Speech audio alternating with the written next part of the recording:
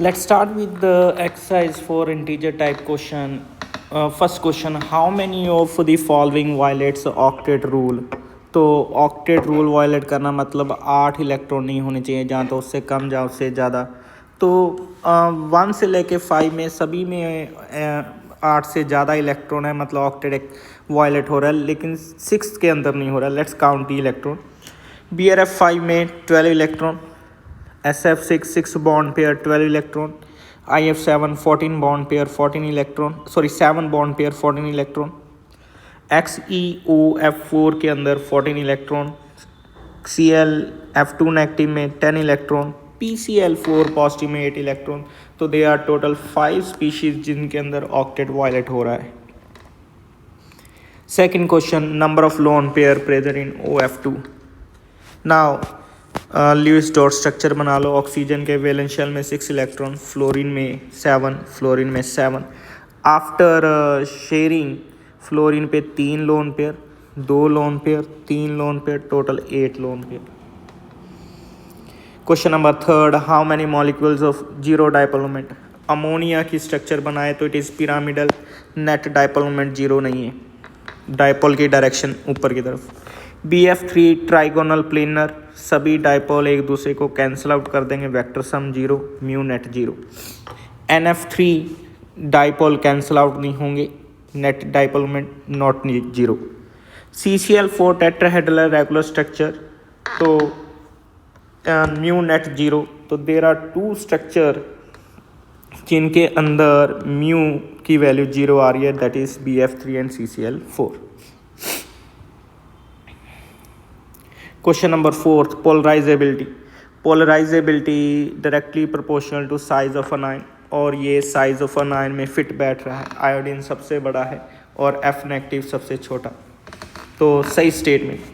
Polarisation power जो है cation की इन्वर्सली प्रोपोर्शनल टू साइज है।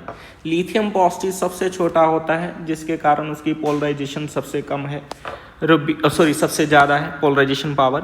रुबिडियम पॉजिटिव इसमें से सबसे बड़ा है, जिसके कारण उसकी पोलराइजेशन पावर सबसे कम है।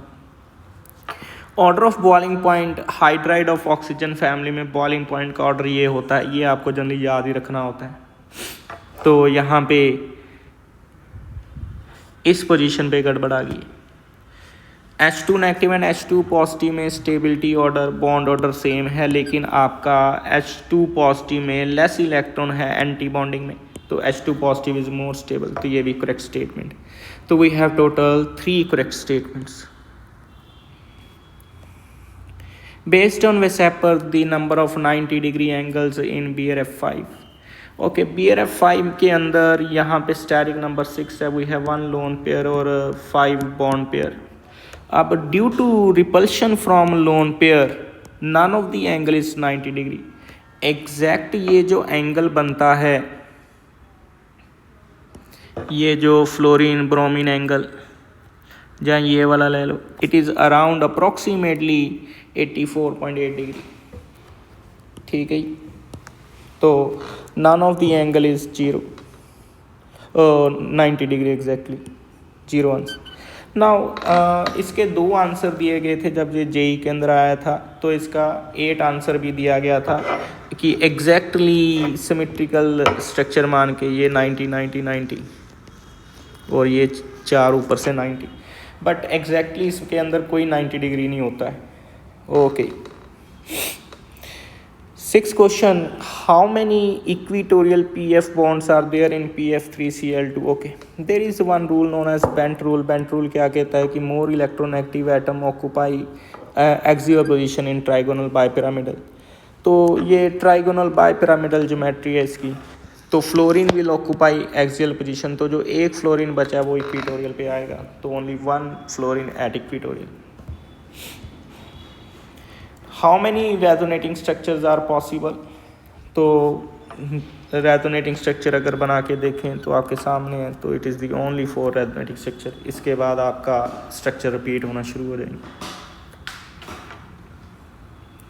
How many nodal planes are present in sigma 2pz। ये सिग्मा 2pz की स्ट्रक्चर है, तो इसके अंदर कोई नोडल प्लेन नहीं होता है, that is 0।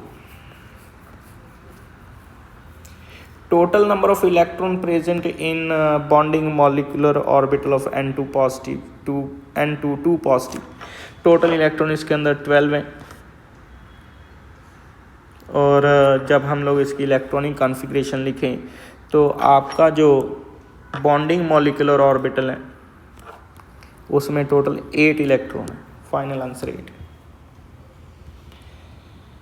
Total number of pairs in which first okay boiling point NH3 and HF में HF है स्ट्रॉन्गर हाइड्रोजन बॉन्ड, तो HF का बॉइलिंग पॉइंट ज़्यादा होना चाहिए, डाटा भी यही बता रहा है, तो ये तो आंसर नहीं बनेगा।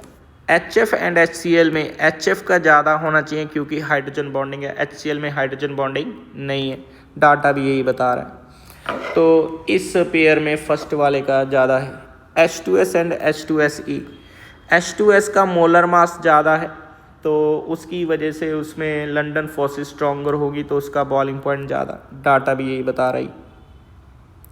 Aluminium chloride and BCl3, aluminium chloride more ionic है, आयनिक करेक्टर जितना ज़्यादा होगा आपके पास मेल्टिंग बॉइलिंग पॉइंट ज़्यादा होगा, आयनिक सॉलिड का मेल्टिंग बॉइलिंग ज़्यादा होता है और डाटा भी यही बता रहे।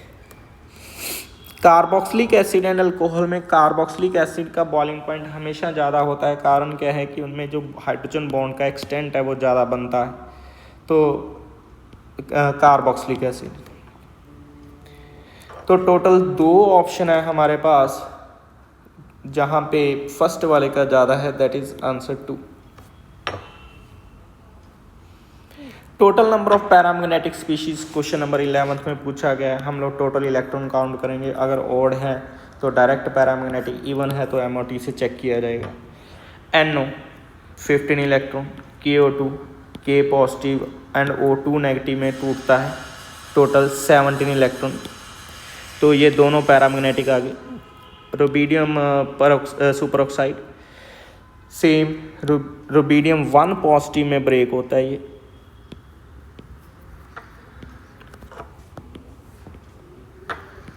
And O2 negative, O2 negative में 17 इलेक्ट्रॉन है तो पैरामैग्नेटिक ये भी।